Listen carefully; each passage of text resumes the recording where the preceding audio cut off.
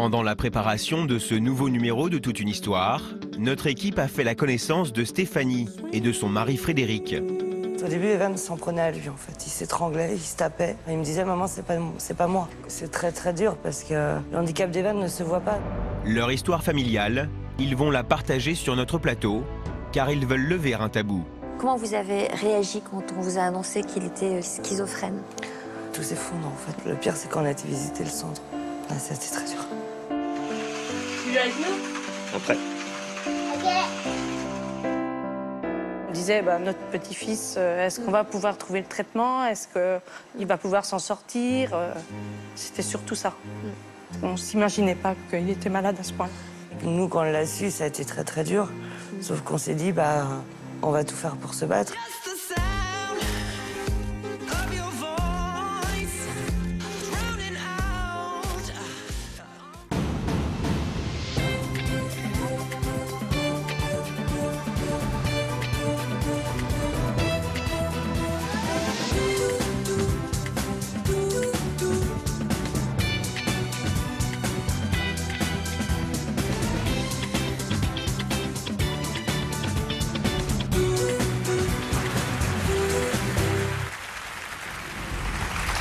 Bonjour à tous, merci d'être avec nous. Il y a 3 ans, Stéphanie et Frédéric ont été confrontés à un lourd dilemme, celui de devoir placer leur enfant dans un centre hospitalier au service pédopsychiatrique 3 jours par semaine.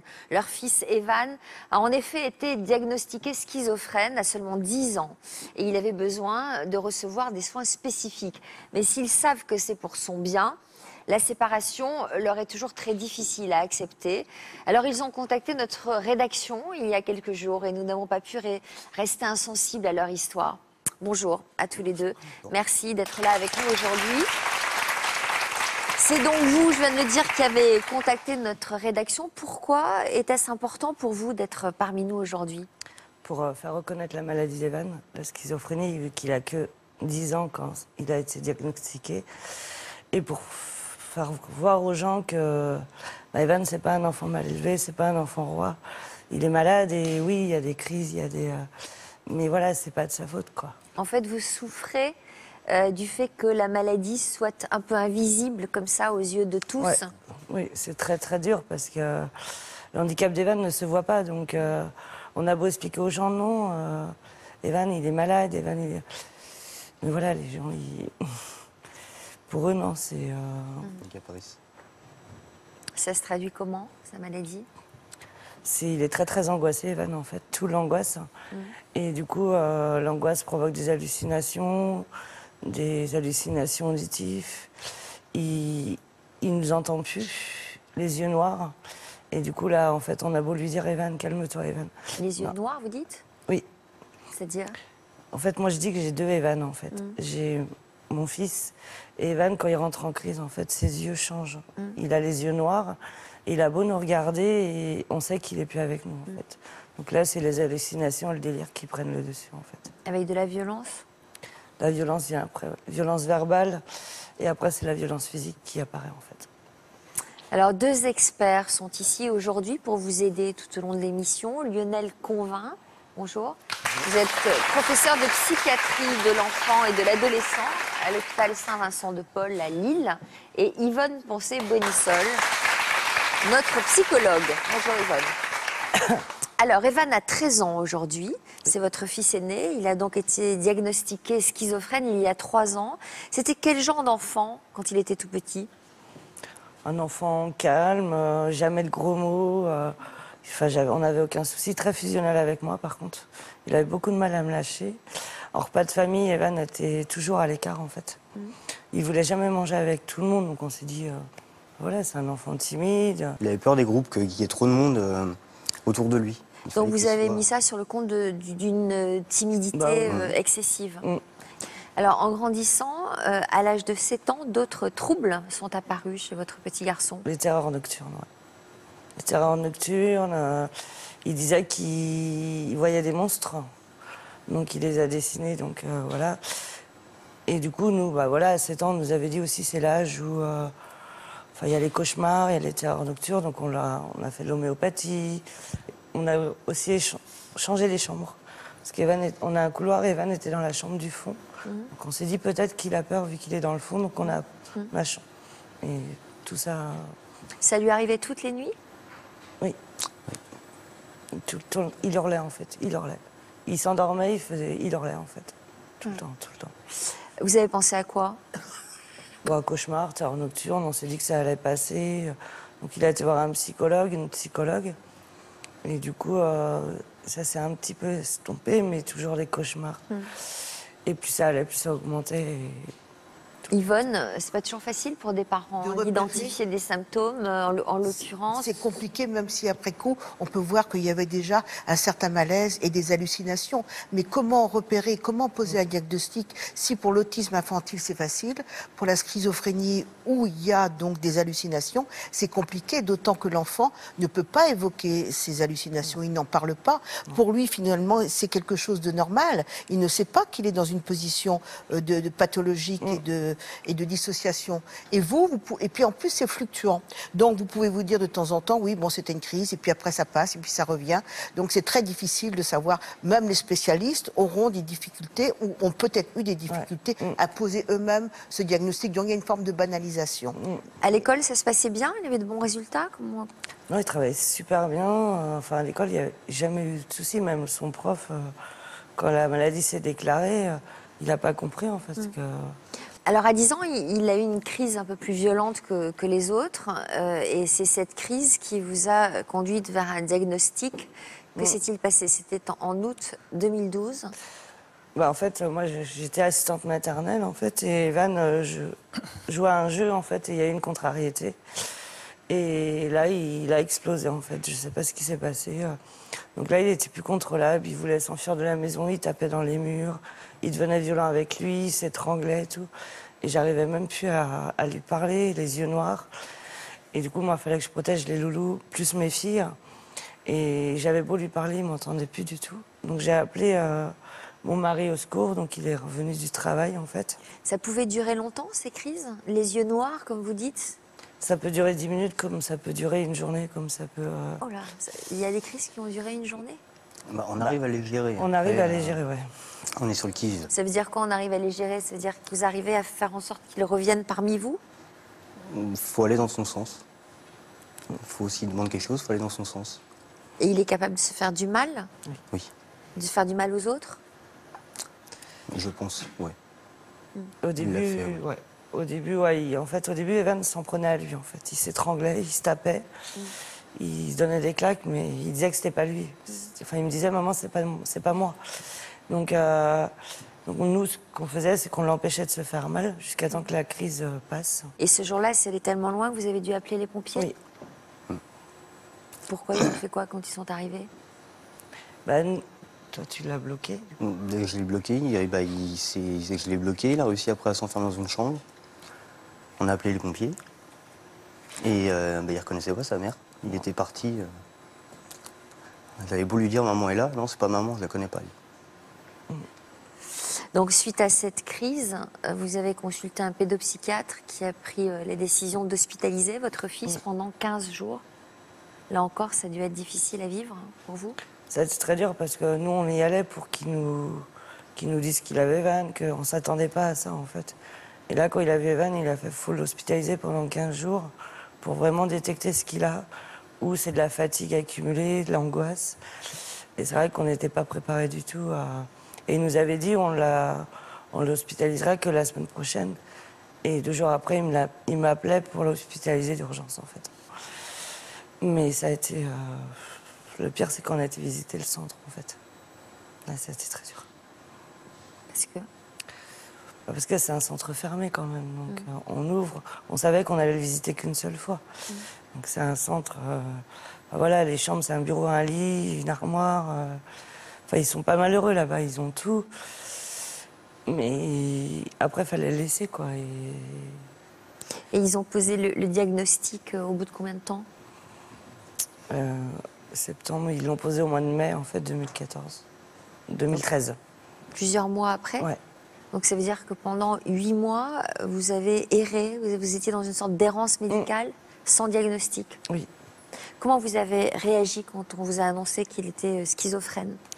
d'un côté, j'ai été, je sais pas si c'est le mot, soulagée, parce qu'on mettait un mot, en fait, sur les gestes de mon fils.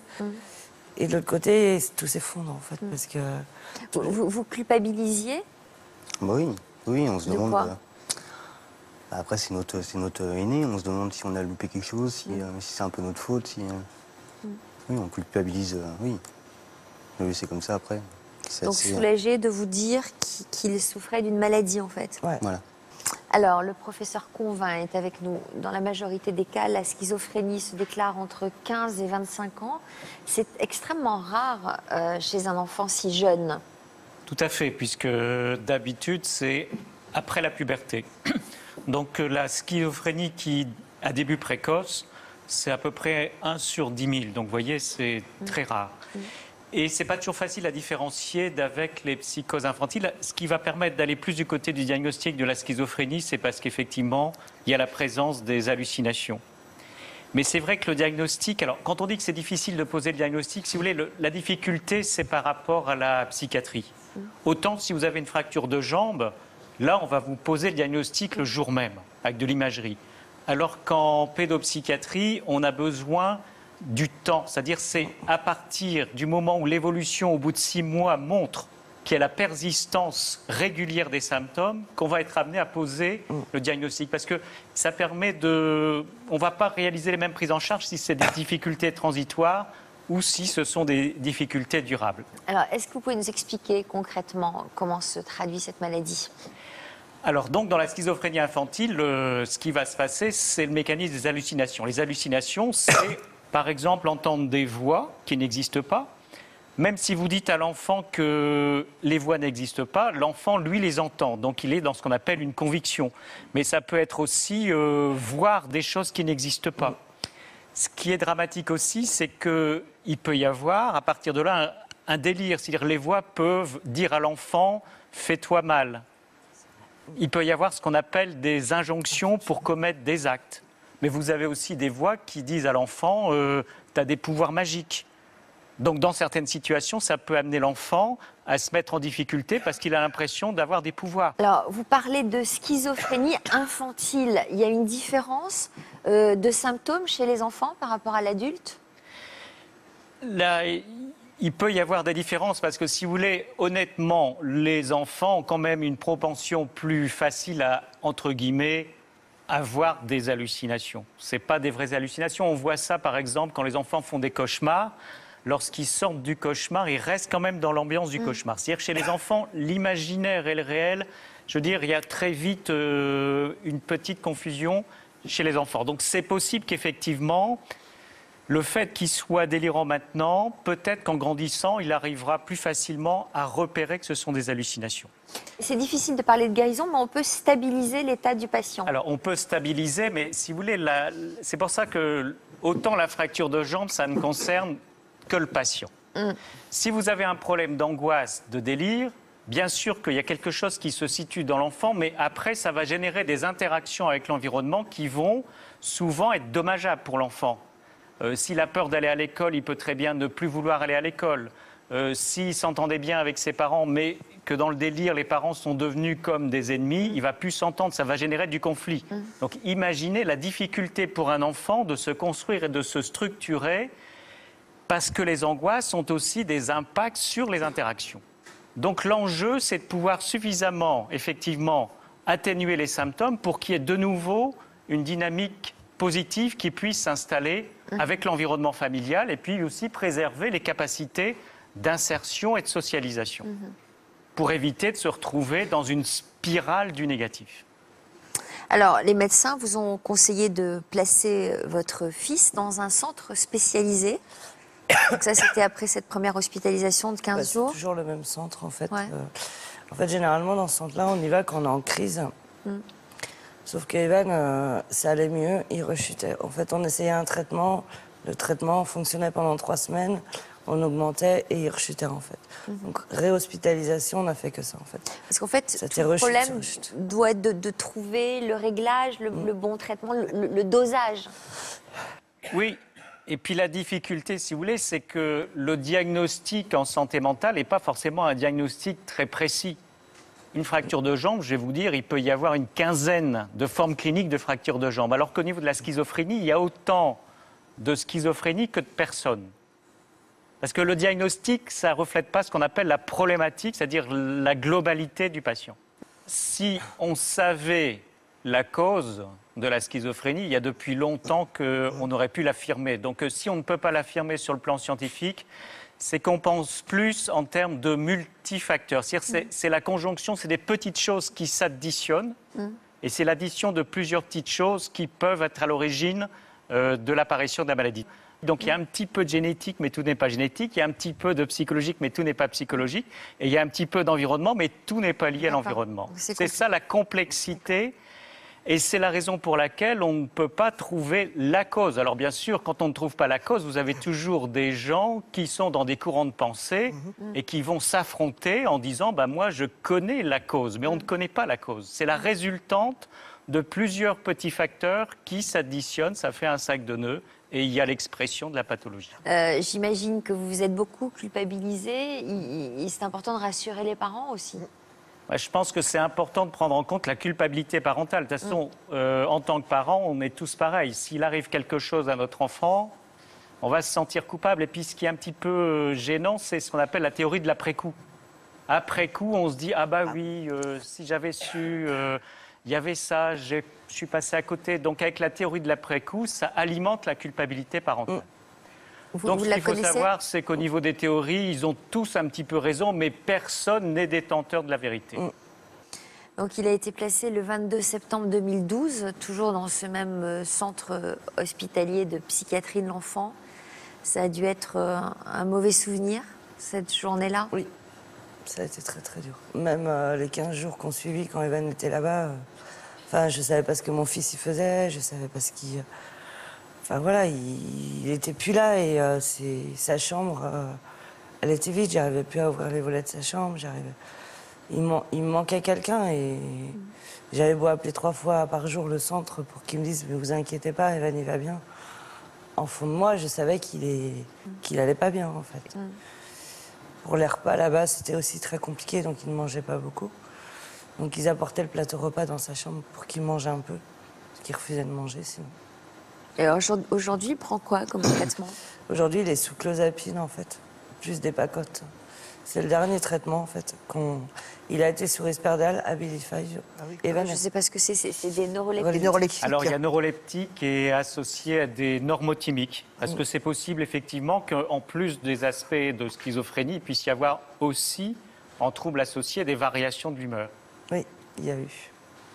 Il pouvait être très euphorique. Voilà. Et tout d'un coup, il tombait dans la tristesse. Donc ça, c'est ce qu'on appelle les symptômes bipolaires, de bipolarité? Oui, c'est-à-dire, si vous voulez, en santé mentale, les diagnostics ne sont pas très étanches. Donc vous pouvez effectivement avoir comme diagnostic principal un diagnostic de schizophrénie, puisque ce qui est au-devant du tableau clinique, ce sont les hallucinations. Et en même temps, en diagnostic associé, les aspects de bipolarité. Vous avez l'habitude de dire que vous avez 2 petits garçons. Au début, ouais, je disais, ouais. J'ai 2 Evan, en fait. J'ai mon fils et l'autre Evan, en fait. C'est votre fils aussi? Oui. Oui, mais c'est parce qu'Evan voit des monstres, en fait, et il entend des monstres. Qu'en fait, c'est... Quand Evan a les yeux noirs, tout ça, c'est ces monstres qui prennent le dessus. Et... Non, c'est plus mon fils, en fait. C'est comme s'il était possédé? Oui, parce qu'il a vraiment les yeux noirs et... Enfin, je le reconnais plus du tout, en fait. Je peux même plus lui parler, je peux plus... Ça vous fait peur? Au début, j'ai eu peur. Maintenant, non. Il y a des fois, il m'a fait peur une fois quand il a pris un couteau. Là, c'était très, très dur. Mais maintenant, non, je sais qu'il... Est-ce que dans ces moments-là, où il semble possédé, où il change de regard, est-ce qu'il y a des trucs pour... le faire redescendre et lui prouver qu'on est sa mère ou son père? Rester calme déjà, pas le contrarier. Rester calme? Pas le contrarier et l'empêcher qu'il se fasse du mal ou du mal aux autres. Donc le bloquer en fait. Le contenir, oui. Ouais, jusqu'à temps qu'il revienne à lui en fait. Et il pleure. Parce qu'il revient à lui en fait. Et du coup il pleure. Et là j'ai mon bébé dans les bras en fait. Il souffre de ces crises? Ça l'épuise en fait. Ouais. Ça l'épuise énormément en fait. Est-ce qu'il se culpabilise, lui? il s'en veut après un peu. Mais il nous dit toujours, maman, c'est pas de ma faute, hein, c'est pas de ma faute. Mais non, c'est pas de ta faute. Quoi. Nous, on lui en veut pas, quoi. Il le sait. Même s'il y a des fois, on lui en veut un peu, parce que voilà, il y a des choses. Est-ce qu'en dehors des traitements médicamenteux, est-ce qu'il y a des techniques pour lui permettre de s'apaiser? Je sais pas moi, le dessin, l'écriture. Il y avait les packs avant où on contenait l'enfant justement quand il partait comme ça dans des formes de délire où il pouvait se faire mal. Donc on les contenait, mais ça c'était jadis. Maintenant il y a effectivement les neuroleptiques, ça je pense que et il y a parfois aussi beaucoup de jeux. Il faut ne pas trop les contrarier. Enfin il y a énormément. Il faut faire appel à l'imaginaire. Ah ouais, il faut zigzaguer. Il faut zigzaguer. Les donc, animaux, les animaux de les compagnie. animaux aussi. Non. Disons que la prise en charge est délicate lorsqu'il y a trop de symptômes. Voilà. Quand il y a trop d'angoisse, par contre, une fois qu'il y a une sédation de l'angoisse, effectivement, on va être amené à proposer des suivis, des psychothérapies, soit en groupe, soit individuel. Il peut y avoir aussi des ateliers avec des médiations, Des animaux, les animaux oui. qui passent par des médiations sensorielles et émotionnelles, parce que c'est aussi les aider à s'inscrire dans quelque chose de la relation à l'autre, mais dans une relation aussi agréable, avec des émotions agréables partagées. Donc il y a des tas de médiations, de supports possibles, qui sont souvent très présentes dans les institutions. Donc effectivement, la prise en charge, en général, doit être globale. Parce On qu'il fait faut tout aussi... ça, en fait. Voilà. Et il a un animal de compagnie? On a 4 chats et 2 chiens. Oula, Ah bah.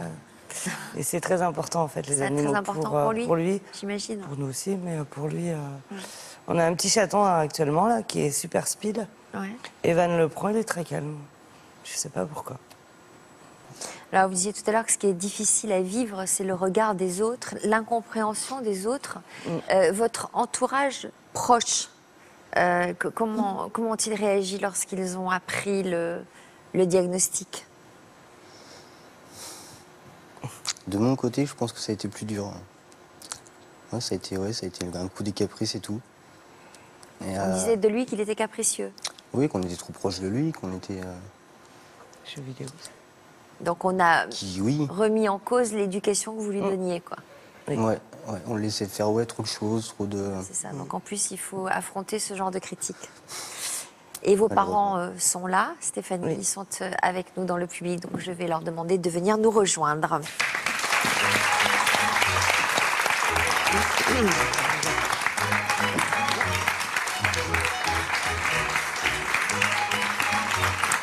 Bonjour Stéphanie et Jean-Louis. Bonjour. Brigitte, pardon, et Jean-Louis. Merci d'être avec nous. Alors, vous aviez remarqué, Brigitte, des troubles chez votre petit-fils avant le verdict des médecins? Alors, avant le verdict, ce qu'il y a, c'est qu'il, dès qu'on était en repas, comme disait Stéphanie, il avait du mal à être avec même ses cousins. Et il voulait toujours manger sur une petite table. Parce que moi, je suis assistante maternelle. Et donc, j'avais souvent une petite table avec des chaises. Et il voulait toujours manger à l'écart avec ses sœurs et ses cousins. Donc, vous qui aviez l'habitude des enfants, vous ne trouviez pas ça normal? Vous l'expliquiez comment?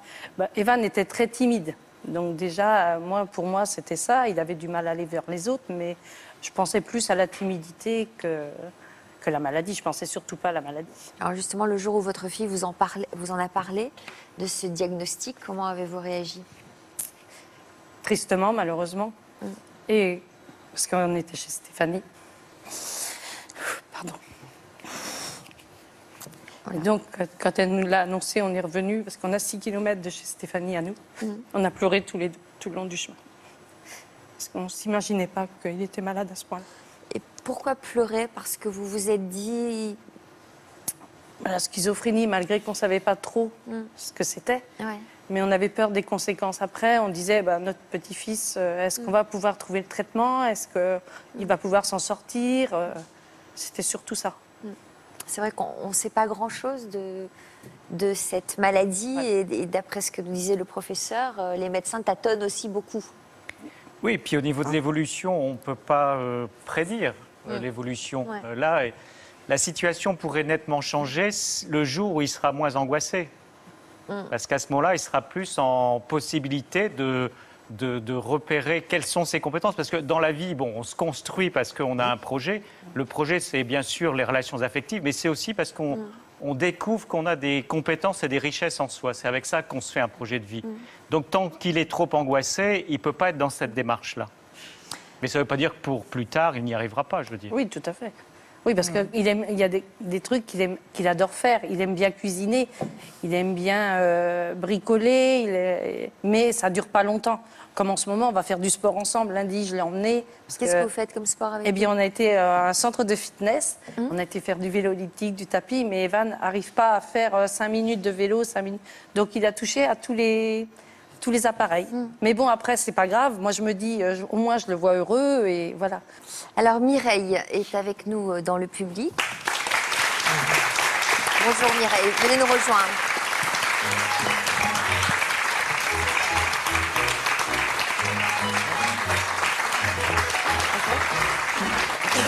Alors Mireille, je pense que le témoignage de Stéphanie vous parle. Vous étiez déjà venue nous rendre visite dans Toute une histoire, c'était en 2010. Oui. À l'époque, vous étiez venue sur un tout autre sujet, mais à la rédaction, nous savions que votre fils était malade. On va donc découvrir aujourd'hui un nouveau pan de votre histoire. Alors pour vous aussi, le diagnostic concernant votre enfant est tombé tel un coup près. À quel âge ? À 3 ans et demi. Il est né déjà prématurément, à 7 mois, mais il faisait qu'1 kg et 30 cm. Oui. On l'a réanimé au bout de 5 minutes, il était à gare. On l'a réanimé quand même. Pendant 4 mois ou 3 ans et demi, disons qu'on m'a dit tous les jours, c'est peut-être le cri du chat ou le cri du chat. C'est-à-dire ?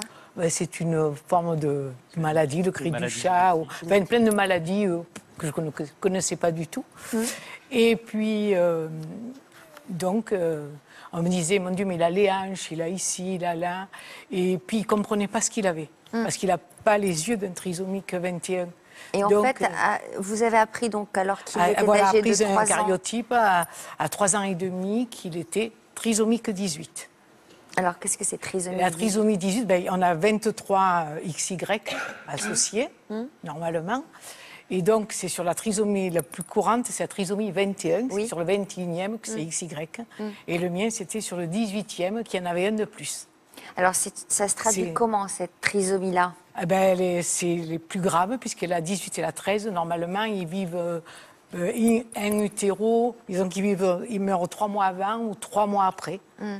Et il y a un garçon sur 9000 qui a la trisomie 18. Les plus vieux, je crois qu'ils sont morts à 19 ans.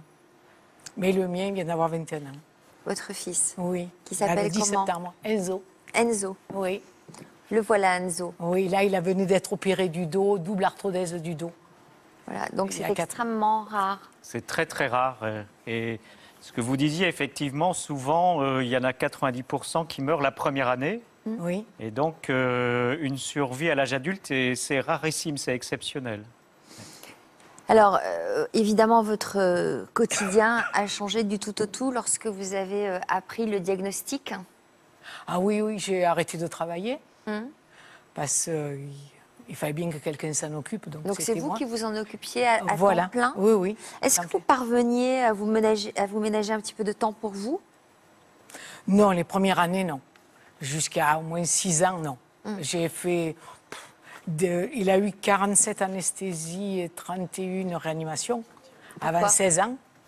Mais opéré des hanches, des pieds, des yeux, de la colonne vertébrale, des hernies, tout ce que vous voulez. Hein. Vous pouvez imaginer des pieds à la tête, quoi. Voilà. Donc j'ai fait jusqu'à 6 mois d'hôpital, trachéotomie, 5 cancers à la gorge. Gastrostomie, puisqu'il ne mangeait plus. À 10 ans, il faisait 10 kilos, quoi. Donc c'était vraiment... Qu'est-ce que vous conseillez les médecins à l'époque ? Le médecin, à 3 ans et demi, quand je suis allée la voir, qui m'a dit « Mon Dieu, on sait ce qu'il a, vous avez une chance inouïe, il n'est pas mort. Mais il aurait dû mourir avant, mais moi, si j'étais vous, je l'abandonnerais en passant à Marseille et je l'oublierais. Je referais ma vie parce que de toute façon, il va mourir. Ce n'est pas la peine de s'en occuper. » C'est un médecin qui vous disait ça ? Oui, médecin, oui. Parce que moi, ils m'ont fait une amniosynthèse, mais... Ils se sont trompés. Alors, comment réagit une maman quand on lui Ah parle ben, comme ça? écoutez, moi, ça serait maintenant, je crois que j'enverrai le poing dans la figure, je suis désolée. Carrément, ouais. Mais à cette époque, le problème, c'est que vous êtes devant un grand professeur qui vous dit en arrivant, oh là là, mais vous savez, vous avez une chance inouïe. Alors je me suis dit, je savais qu'il avait un problème, je me suis dit, il sera tout petit, il va marcher, il va me dire maman, il va manger. Mais quand elle m'a dit, oh non, non, mais il aurait dû mourir avant 3 mois, vous vous rendez compte de la chance que vous avez, mais moi si j'étais vous, j'abandonnerais et tout. Là, je me suis relevée et je lui ai dit, madame, je ne ferai pas ce que vous venez de dire. Moi, je le rendrai tout ce que je peux, je ferai tout ce que je peux. Et c'est vrai qu'il avait le bras en arrière, il a repris en avant. La première fois qu'il a tenu la sucette, il devait avoir 3-4 ans. Et une poupée dans les mains, pour moi, c'était le bonheur, quoi, une petite chose, quoi. Et alors, malgré tout ce qui vous est arrivé, vous êtes restée incroyablement lumineuse et positive, souriante et aimante. Oui. Et surtout, oui, je me suis battue pour lui. Je me suis dit, non, il faut que je sois le contraire de ce qu'ils disent. Alors, vous avez tout fait pour votre enfant jusqu'en 2013, où vous avez choisi de placer Enzo dans un centre spécialisé, évidemment à Contrecœur. On va regarder tout de suite à quoi ressemble son quotidien et le vôtre depuis que vous avez pris cette décision.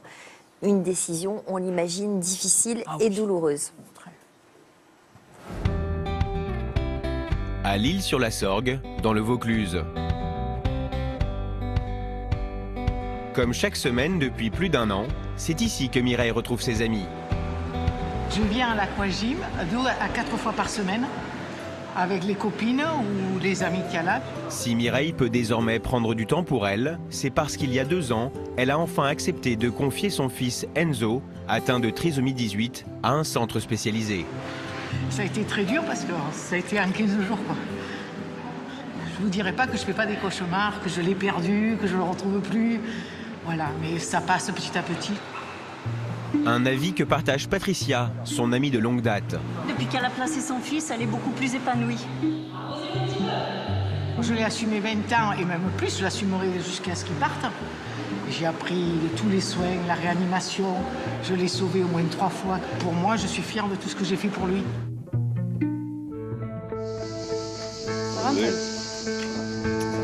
Cet après-midi, Mireille retrouve sa fille Laetitia et Antoine, son ex-mari, devant la maison d'accueil. Régulièrement, ils viennent ensemble rendre visite à Enzo, aujourd'hui âgé de 21 ans. Enzo, regarde qui c'est là. Peut-être qu'on a... Attention quand tu le prends, parce que j'ai l'impression que la jambe droite. Ouais. Il ne parle pas, il ne marche pas, mais avec les yeux, nous deux, on se comprend. Je sais quand il a mal, je sais quand il est heureux, je sais quand il n'est pas content. Il y a plein de gestes qui passent par le regard. Hein. Moi, vu que l'âge venant, vu que j'ai 65 ans, je savais qu'un jour, je n'y arriverais plus. Mais je voulais le placer à un endroit où il serait bien, pas trop loin, et que je puisse aller le voir et le prendre. Malgré les difficultés et le regard des autres, c'est avec courage que Mireille a élevé son fils. Les petites choses, prendre une poupée, s'amuser, prendre un jeu, pour moi, c'était un combat. Parce qu'on m'a dit qu'il ne ferait rien du tout. Il est temps pour Mireille de quitter son fils, et même si elle sait qu'elle le reverra dans quelques jours, c'est toujours avec le cœur lourd qu'elle le laisse derrière elle.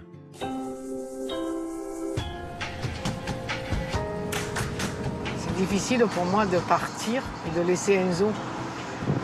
Je sais qu'il est bien, mais si j'avais les moyens, je le reprendrais avec moi.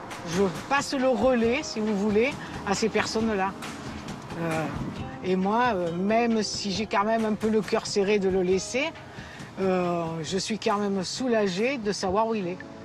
Si Mireille continue d'être fusionnelle avec Enzo, Laetitia, elle, ne parvient plus à entretenir un réel lien avec son petit frère. On peut dire qu'à l'heure actuelle, il n'y a plus trop de relations avec Enzo. C'est compliqué, il n'y a pas grand-chose. Il n'y a plus grand-chose qui passe. Il faut être honnête, ça se limite à des regards et des gestes, mais ça reste mon petit frère, quoi. C'est mon zozo. L'amour de sa vie, c'est ma mère. Elle recommence un petit peu à vivre. C'est dommage que ça se passe à 65 ans, mais bon. Elle a encore la pêche, donc ça va. C'est une bonne vivante. Et sa nouvelle vie, c'est auprès de Tony que Mireille veut la construire. Ils partagent son quotidien depuis 1 an, mais ils se connaissent depuis toujours. te souviens quand tu avais connu Enzo? Il était tout petit. Tu l'as lavé, tu l'as habillé, tu as fait plein de trucs avec lui. Aujourd'hui, le couple fourmille de projets. On est en location. Et après, quand on sera dans la petite maison, on sera très bien. Oh, qu'est-ce qu'on sera bien alors? On sera quand même On aura le jardin, on aura le garage. C'est une nouvelle vie pour moi qui commence, puisque je suis plus libre. On peut aller danser, on peut aller s'amuser. C'est toute une nouvelle vie, elle est beaucoup mieux pour moi. Mais dans ma pensée, il y a quand même toujours mon fils.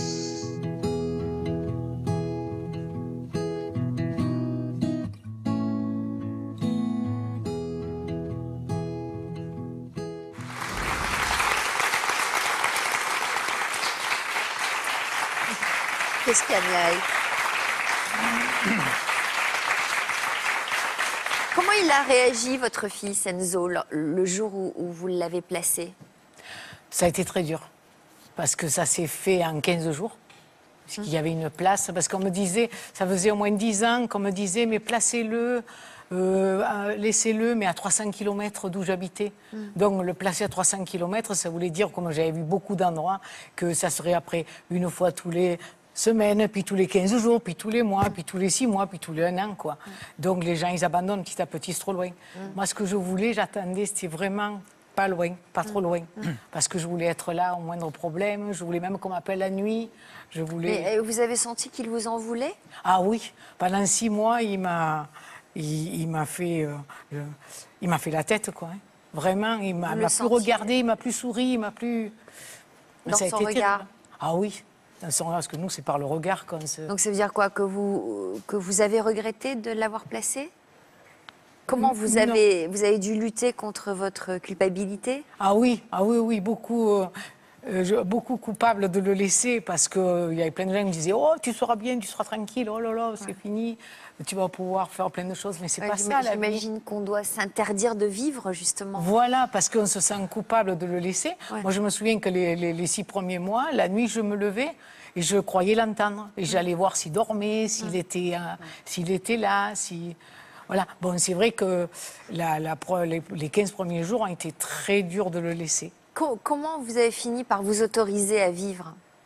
Est-ce qu'il y a eu un déclic? Est-ce qu'il y a eu quelque chose qui vous a... Mais quand je l'ai vu sourire, pour la première fois, parce que tous les mercredis, je vais le voir de 5h à 6h30, je le prends un week-end sur 2, 75 jours par an, je l'ai. Ah oui, quand même, vous prenez un week-end sur 2. Oui, puis 75 jours par an, quoi, que je l'ai. Ouais. Mais c'est vrai que c'est très dur parce qu'il est en soins palliatifs. Ah oui. Il est en fin de vie. Ah, il est en fin de vie. Il est en fin de vie, donc c'est très dur pour moi. Ouais. Quand il est en noir, quand il faut faire plein de soins. Mais disons, quand il a souri, qu'il a accepté. Maintenant, quand je le retourne, il fait ouf. C'est sa maison, c'est devenu sa maison. Il a mis 2 ans, mais c'est devenu sa maison. Stéphanie et Frédéric, vous le prenez aussi chez vous? Comment ça se passe? Ouais, donc là, depuis le mois d'août, là, on arrive à l'avoir du samedi après-midi au mercredi matin. C'est vraiment depuis août. Sinon, là, on le prend, mais ça peut... il peut être en rechute, donc du coup, réhospitalisation totale, ou on peut augmenter les permissions. C'est vraiment en fonction d'Evan. Ça se passe comment quand vous l'avez avec vous? Faut être vigilant. Voilà. Faut être vigilant, en fait. Faut avoir les yeux sur lui. De toute façon, même si on est dans une pièce à côté, il nous appelle. Moi aussi, parce que quand il est à la maison, je suis souvent seule. Donc il faut le soulever. Même 30 kilos, il est descendu à 30 kilos, mais c'est 30 kilos de poids mort. Ah ouais, poids mort. Donc il faut le soulever, il faut le mettre sur le lit, il faut le changer. La nuit, il râle. Tout le temps, maintenant. Donc il a quand même la morphine tous les 2 jours. Les sous-morphines tous les 2 jours. Mais c'est vrai que c'est très dur. Mais je m'imagine qu'il est parti vivre sa vie avec mes 3 autres enfants, comme mes 3 autres enfants, quoi. Qu'il est avec une copine ou qu'il est... Je sais pas moi, qui vit sa vie, quoi, qu'il est heureux. Alors, ça permet évidemment pour vos enfants de se faire soigner, d'être placés comme ça, de recevoir un traitement, mais ça vous offre aussi un peu de répit. C'est important pour des parents de pouvoir souffler un peu. On est peut-être mieux, plus reposé pour l'accueillir dans de meilleures conditions quand il revient à la maison. Ouais. C'est surtout pour les filles, nous, en fait. Ouais. Parce que les filles... enfin, elles souffrent aussi de... Elles aiment leur frère, mais elles ont peur. Donc c'est vrai que quand Evan est là... Elles ont quel âge aux filles? 7-9 ans. Et c'est vrai qu'il faut toujours qu'elles... Comme on dit, si on veut faire quelque chose, si Evan ne veut pas, Evan peut monter en crise. Donc elles sont tout le temps vigilantes aussi quand son frère est là. C'est vrai que quand Evan n'est pas là, c'est pas les mêmes, quoi. Elles font ce qu'elles veulent. Elles n'ont pas la crainte derrière qu'Evan va monter en crise. Voilà. Donc, Et vous, Mireille, c'était... C'est-à-dire, moi, j'ai mes 3 autres enfants qui étaient grands. Ils sont grands, mes 3 autres enfants. Donc, j'ai plutôt abandonné mes 3 enfants pour m'occuper que de lui. Parce mais que là, moi, je partais jusqu'à 6 mois d'hôpital, sans revenir. Ah ouais. Alors donc, non, mais le fait qu'il soit placé comme ça vous a permis de vous reposer un peu, de penser un peu à vous et d'être encore peut-être plus en forme pour la oui, je fais plus de choses, mais dans ma tête, il y a toujours lui quand même. Et puis je me dis que si je venais à mourir demain, c'est malheureux, mais je sais où il est. Et ça, ce qui me rassure. Puis c'est devenu sa famille maintenant, Enzo. C'est devenu le centre, quoi. Moi je le vois, il sourit quand j'arrive, je le dépose. Je crois que l'institution est indispensable, ne serait-ce que pour la socialisation. C'est vrai que vous devez avoir une forme de culpabilité à laisser votre enfant, que vous vivez ça comme un rejet, comme un abandon. Or, ils mettent un certain temps, mais après, il y a une forme de prise en charge qui est hyper importante pour leur futur, et ils sont dans leur maison, comme vous dites, ils sont socialisés, ils sont avec d'autres enfants, et l'institution fonctionne comme tiers séparateur, si vous voulez. Donc vous êtes allégé. Alors n'oubliez pas que vous pouvez réagir sur Facebook ou sur Twitter avec le hashtag Toute une histoire. On va marquer une courte pause et puis on retrouve nos invités juste après. À tout de suite. Vous aussi, vous pouvez témoigner dans Toute une histoire. Vous avez trouvé un nouvel équilibre en vivant en colocation avec des amis ou avec d'autres femmes de votre famille. Depuis quelques années, vous êtes plusieurs générations de femmes à vivre sous le même toit. Célibataire ou en couple, vous vivez avec d'autres femmes et vous n'avez aucune intention de faire entrer un homme dans votre quotidien. Depuis que vous êtes séparé de votre compagnon, vous élevez vos enfants avec l'aide de votre mère et de votre sœur. À plus de 50 ans, vous avez décidé de changer de vie en vous installant avec des amis. Pour participer à notre émission, vous pouvez contacter notre équipe au 0820 16 30 15 ou sur notre site internet. Bientôt, au sommaire de Toute une histoire, un débat sur les relations mère-fille. La violence est à la mesure de la fusion dans laquelle vous étiez. Et le fait de vous tenir à distance, c'est parce qu'elle sent ce besoin éperdu d'amour. Des désaccords et des explications. Est-ce que tu penses que notre relation peut redevenir comme avant? On aura beau redevenir complices. Et moi, j'ai changé. Je vais plus me confier comme ça aussi facilement. Je ne suis pas la mère qu'elle aurait aimé avoir. Et c'est comme ça, je pense, que le mur s'est construit. Ma fille ne m'aime pas. Est-ce que vous avez le souvenir d'un bon moment? Là, non. Mais aussi beaucoup d'émotions. C'est ma fille, je t'aime, tu es comme tu es, avec toutes tes qualités et tous tes défauts. J'attends que Marine vienne.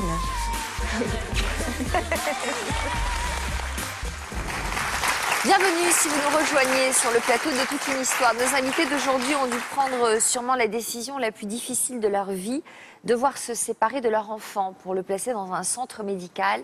Stéphanie, cela fait 3 ans qu'Evan, votre fils, vit à l'hôpital. Il a été diagnostiqué schizophrène. Comment vous le trouvez en ce moment? Comment va-t-il? Evan n'est toujours pas stabilisé malgré les traitements, tout ça. Evan est tout le temps. Il est en permanence angoissé en fait. Et, donc faut faire attention. En fait, faut aller doucement avec Evan. Les contrariétés, c'est très compliqué encore à gérer. Donc vous le ménagez, vous faites très attention à ce que vous dites. Sans lui caler à tout, mais c'est très compliqué. Il est lucide sur sa maladie? Il est conscient? Il le sait, ouais. Il le sait qu'on est là aujourd'hui pour lui. Et donc c'est très important, quoi. Vous allez le voir dans son centre? Oui. Pas souvent, mais bon, on le ramène quoi des fois. On n'a pas le droit de rentrer dans le centre déjà. On a le droit juste. Alors j'ai été avec ma fille parce que moi je voulais savoir où était placé mon petit-fils. Donc on y a été. Donc ce qui fait drôle, c'est que d'abord on sonne et après on rentre juste à l'entrée. Une infirmière vient nous chercher et pour aller chercher Evan, ils refont un code et ça. c'est très dur pour une mamie, enfin, comme pour les parents, je pense. C'est-à-dire Parce qu'on voit nos petits-enfants, on se dit, il est enfermé.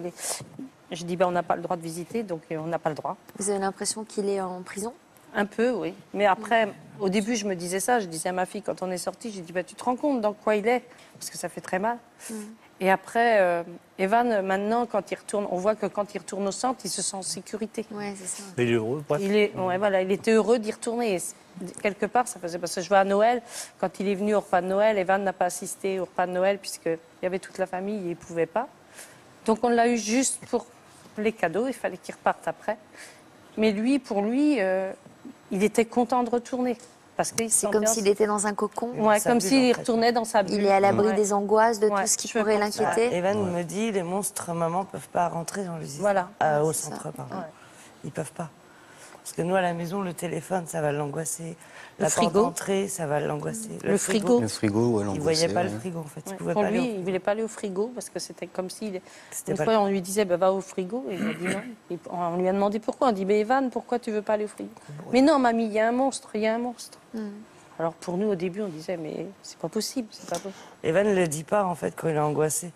Donc on ne peut pas avoir une conversation normale, en fait, avec mon fils. Mais vous le voyez, j'imagine, il l'exprime par des gestes, par son corps, par une attitude. Ouais, c'est son corps, donc il a des mouvements... on lui dit, mais fais attention, mais voilà. Mais même sa joie, quand à Noël, parce que le premier Noël que Evan elle était à l'hôpital, Stéphanie Fred avait acheté plein de cadeaux pour Evan, je me rappelle. Et j'avais dit, mais pourquoi t'en achètes tant? Elle me dit, mais maman, ce que je voudrais voir, c'est le sourire d'Evan. Et malheureusement, le sourire, on l'a eu quoi? De 3 minutes, c'est tout. Mais bon, on le voit. Il n'a pas assez d'émotions. Il ne nous fait pas voir les émotions. En fait, il est content, mais il ne va pas nous les faire voir, en fait. Parce qu'il y a une dissociation de la pensée et des émotions. Donc, il peut effectivement rire face à quelque chose qui est dramatique, comme il peut pleurer face à une joie. Pour vous, c'est une joie, mais lui, il va pleurer. Donc, c'est ce qu'on appelle la dissociation. Ils sont coupés, d'où la schizophrénie. Enfin, je dis ça sous votre contrôle. Tout à fait exact. Comment vous avez réagi, Mireille, à l'actualité, cette maman qui a été condamnée à 8 ans avec sursis, puisqu'elle avait donné la mort? Je suis désolée, je la comprends, parce que moi, 2 ou 3 fois, je peux assurer ici que au moins 3 fois, je lui ai mis le coussin sur la figure pendant 4-5 secondes pour le faire repartir. Parce que je n'en pouvais plus, que j'étais toute seule, abandonnée. Surtout quand il avait la trachéotomie, que vous êtes 30 secondes et que vous vous retrouvez seule pour la changer vous-même. Ou que la gastrostomie saute et puis que personne ne vient. Et là, vous faites ça, quoi. Vous dites, mais pars. Et puis après, je l'avoue, j'ai honte de vous l'avouer. 3 fois, au moins, j'ai dit, mais vas-y, va-t'en, vas-y. Et puis après, je reprends et puis je pleure parce que j'ai honte de ce que j'ai fait. Je dis, mais c'est pas possible. Donc, je la comprends. Stéphanie? Moi, je pense qu'on ne peut pas la juger parce que voir son enfant souffrir, c'est horrible, quoi. Donc on ne peut pas juger cette personne-là. Elle est impuissante à ça. Et... Non, je peux... Après, chaque cas est différent. Mais ce n'est pas bien, mais voilà, peut-être que moi, je le ferai un jour. C'est pas dit. Alors, on va maintenant faire la connaissance de Fabien. Il est l'un de vos seuls amis à être resté à vos côtés. On va l'accueillir chaleureusement.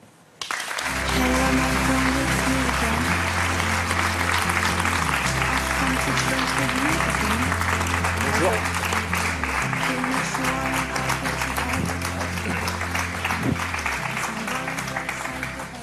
Fabien, c'était important pour vous de venir? Oui. Pour quelle raison? Déjà pour les soutenir. Parce que c'est vrai que suite à la maladie d'Evan, dans leur entourage, il y a eu beaucoup de tri de faits sans le vouloir. Est-ce que des gens ont jugé, ont condamné tout le monde juge. C'est vrai que quand on a connu Evan tout petit, comme nous on l'a connu à 3 ans, qu'on le voit faire ses crises au départ, on se dit, enfant gâté, on réagit en tant que parent, on se dit, bon, c'est des crises, et puis on met un mot sur la maladie, et puis il faut apprendre à vivre avec, à gérer, à passer aussi sur certaines choses que quand on se retrouve ensemble, des fois c'est vrai que Nous, on a la chance, quand on se retrouve, Evan ne fait pas beaucoup de crises chez nous. Quand il est chez nous, il est en confiance. Ouais. Je sais pas, il a le même âge que mon fils Thomas, et quand ils sont ensemble, ça se passe bien. Ils jouent ensemble et tout, donc il va faire des crises, mais c'est vraiment des crises d'enfants, quoi. On peut pas dire qu'on a vécu de grosses crises. Moi, j'ai jamais vécu de grosses crises. Mon fils l'a vu en crise, mais moi, personnellement, non. Mais la plupart de vos amis se sont éloignés. Ça doit être très douloureux aussi de le constater. Qu'est-ce que vous avez envie de leur dire, vous, aujourd'hui? Qu'on a toujours été là avec eux, on a toujours vécu leur histoire, on la connaît depuis le début. Vous connaissez depuis combien de temps, en fait? Avec Fred, on était au lycée ensemble, on s'est perdu de vue, et en ramenant nos enfants à l'âge de, quand ils avaient 3 ans à l'école, on les a emmenés ensemble, et c'est là qu'on s'est retrouvés, et ça fait 10 ans qu'on se suit, qu'on ne se quitte plus, on va dire. Comment vous avez expliqué la maladie d'Evan à votre fils? On ne l'a pas vraiment expliqué, il l'a découverte petit à petit, comme des fois dans la cour d'école, quand il disait Evan aujourd'hui n'était pas bien, il se mettait dans un coin de la cour, il voyait ces monstres, il les entendait, tout ça. Il l'a découverte petit à petit, puis en parlant aussi ensemble, il y a toujours une oreille qui traîne, il s'entend, il nous entend, il l'a découverte petit à petit. Et il arrive à échanger avec lui sur ses angoisses, sur les monstres? Je sais pas, parce qu'ils sont souvent... Tu veux bien parler, Thomas? Bon, je vais venir te voir. Thomas, donc, le copain d'Evan, tu as quel âge? 13 ans. 13 ans. Tu arrives à échanger avec lui sur ses angoisses quand tu sens qu'une crise est en train de monter? Je le sens et ça me fait un peu peur. Parce que des fois, j'ai peur de m'en prendre une. Ah bon? Parce qu'avec ses gestes, c'est bizarre. Ça t'est arrivé parfois de t'en prendre une, comme tu dis? Non, mais j'essaie de les esquiver et puis de m'écarter un peu. Il t'a déjà parlé des monstres qu'il voyait? Il t'a déjà raconté ça? La première fois, mais j'ai pas trop compris ça. C'était au tout début de sa maladie. Et depuis? Non, il me l'a pas dit. Et quoi qu'il arrive, c'est ton copain? Oui. Et tu le lui dis? Tu crois qu'il le sent? C'est pour ça qu'il est en confiance? Oui. Et il t'est arrivé d'en parler avec tes autres copains? J'aime pas trop en parler. Pourquoi? Parce que j'ai peur qu'on me mette un peu à l'écart avec la maladie de mon copain. Et il t'est jamais arrivé d'aller les voir en essayant de leur expliquer les choses et en leur disant que c'est pas très généreux d'avoir ce genre de réaction?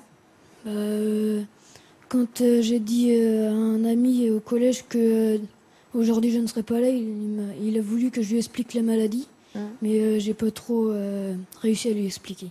C'est vrai que c'est compliqué à expliquer. Merci et bravo en tout cas d'être là pour lui. Est-ce qu'il va à l'école, Evan? Evan est déscolarisé depuis 3 ans, en fait. 3 ans, et là, depuis fin juin, on réessaye avec son collège et Madame Hamon, la directrice du collège, qui est géniale, en fait. Elle veut bien me prendre parce qu'Evan, il faut que ça soit tout individuellement, en fait. Evan ne peut pas être dans une classe normale. Il n'arrive pas, en fait. Donc, fin juin, il a eu 2 cours au collège, avec une prof spécialisée. Et là, vendredi, on réessaye qu'il y retourne dans une classe à part, avec la prof spécialisée tout seul, sans qu'il croise les autres élèves. Tout ça, c'est avec le collège et Madame Hamon, en fait. Mais elle est avec nous. Oui. Isabelle, c'est donc la directrice du collège de Thomas.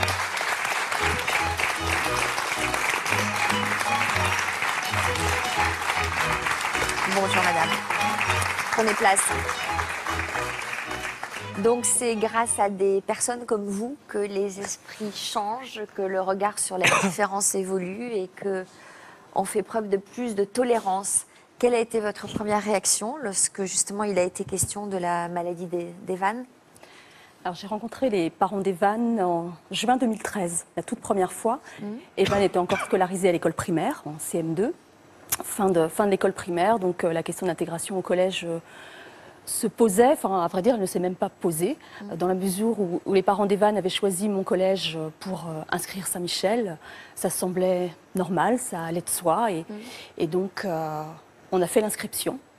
Malheureusement, Evan n'était pas encore prêt. Il n'a pas pu entrer effectivement à l'école. Donc on a attendu 2 ans. Et puis là, on espère bien que cette rentrée sera la bonne. Quel est votre objectif aujourd'hui vis-à-vis de lui? Lui permettre d'avancer. Il a déjà fait beaucoup de progrès. Les médecins disent qu'il va mieux, sa famille dit qu'il va mieux. Et donc, l'école fait partie du quotidien d'un enfant. Et il faut maintenant qu'il essaie d'atteindre cette étape, de franchir cette étape. Donc, c'est-à-dire d'intégrer une classe au milieu des autres? Oui. De peut-être aller à la cantine? C'est notre rêve. Pour l'instant, on n'en est pas encore tout à fait là. On va commencer petit à petit. Mais déjà, voilà, il est venu 2 fois dans l'établissement. On s'est rencontrés très récemment. Il a croisé d'autres personnes en venant me voir. Ça s'est plutôt bien passé. On ne va pas en demander plus pour l'instant. En cas de crise? Alors moi, je ne connais pas Evan en crise, puisque au plus fort de sa maladie, il n'était évidemment pas scolarisé. Donc tout ce qu'ont pu raconter ses parents et ses grands-parents, je ne l'ai pas connu. J'imagine que c'est très important que cet enfant soit scolarisé et soit intégré. C'est important, et puis je pense que pour Evan, il y a un enjeu, c'est-à-dire on sent qu'il a beaucoup de peur à l'extérieur. Et donc, à la fois c'est l'école, mais c'est pouvoir affronter l'extérieur, parce qu'on sous-estime la part de... Si vous voulez dépasser votre peur, il faut quand même vous confronter à votre peur. Et lorsque vous y arrivez, premièrement, vous retrouvez une base de sécurité et c'est une victoire, donc c'est très valorisant. Donc c'est à la fois aller à l'école, mais c'est en même temps affronter ses peurs. Et c'est vrai que l'école, c'est aussi le lieu de la socialisation, mais c'est aussi un lieu où on reconnaît les compétences. Donc pour retrouver aussi, sur le plan de l'identité, une meilleure estime de lui-même. Parce que si vous voulez, le problème, c'est que tout est un petit peu lié. Il y a effectivement ce problème de schizophrénie, mais il ne peut pas être en valorisation, donc il ne peut pas aller à l'école, il ne peut pas être reconnu, il ne peut pas... Donc il y a très vite une spirale du négatif qui s'installe. Et il a désir aussi chez lui d'être normalisé, d'être comme tous les autres enfants. Ça, je pense que vous devez le voir souvent. Et il veut être comme tout le monde. Voilà. Il a envie. Par contre, ça, il a envie d'aller à l'école. Il a envie d'aller. Ça, c'est un très bon. Parce que dimanche dernier, on a été dans une fête où il y avait plein de monde. Et je dis à mes enfants, allez, on y va, on l'emmène. Elle dit, bah oui, mais on a Evan. Je dis, alors, on verra. Si on y est 5 minutes, eh bien, c'est pas grave, on rentrera. Et en fin de compte, on l'a emmené. C'est vrai que par moment, il y avait de la foule. Donc, il prenait la main soit à Fred, soit à Steph. Mais après, ce que je disais, ça a été génial parce qu'il a tenu quand même pratiquement 2 heures au moins. Donc le prochain Noël, il va rester avec vous alors, si je on comprends bien. espère. Ça, ce serait génial. C'est le plus beau cadeau qu'on pourrait avoir. Bon, on vous le souhaite en tout cas. Merci. Et ce qui est intéressant, c'est qu'il est acteur de ce projet-là. C'est ça qui est intéressant aussi. En tout cas, nous ne manquerons pas de suivre les progrès d'Evan. Stéphanie, nos téléspectateurs vous retrouveront cet après-midi sur le chat de Toute une histoire, où ils pourront vous poser toutes les questions qu'ils ont envie de vous poser. Et puis n'oubliez pas le hashtag Toute une histoire si vous voulez commenter l'émission sur Twitter ou sur Facebook. Merci à vous pour votre fidélité. N'oubliez pas la rubrique Toute une histoire dans Version Fémina ce week-end. En attendant, on se retrouve tout de suite avec un nouveau numéro de l'Histoire continue pour une émission autour du documentaire Human que vous pourrez découvrir ce soir sur notre antenne. A tout de suite. Merci.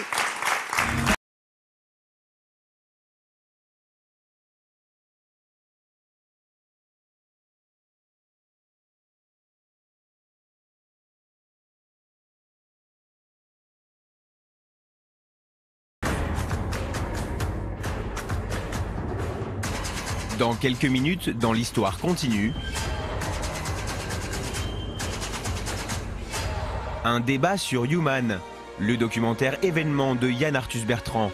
Il faut oser les choses, il faut arrêter d'avoir peur. J'ai grandi dans un contexte où il fallait se battre pour réussir. On arrive dans une pièce, on vous met dans un cadre noir. Il y a quelque chose de très très fort qui se passe. Ce sont vraiment des moments de vie qu'on partage. J'avais prévu de faire ce travail. J'avais compris quelque chose. Le rôle de l'homme, en fin de compte, c'est de rendre le monde meilleur.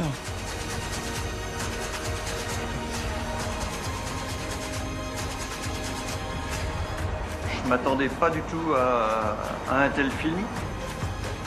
C'est un message de paix, d'amour. C'est des témoignages. Plus il y en avait, et plus ça nous prenait. On retrouve une part de son humanité en fait.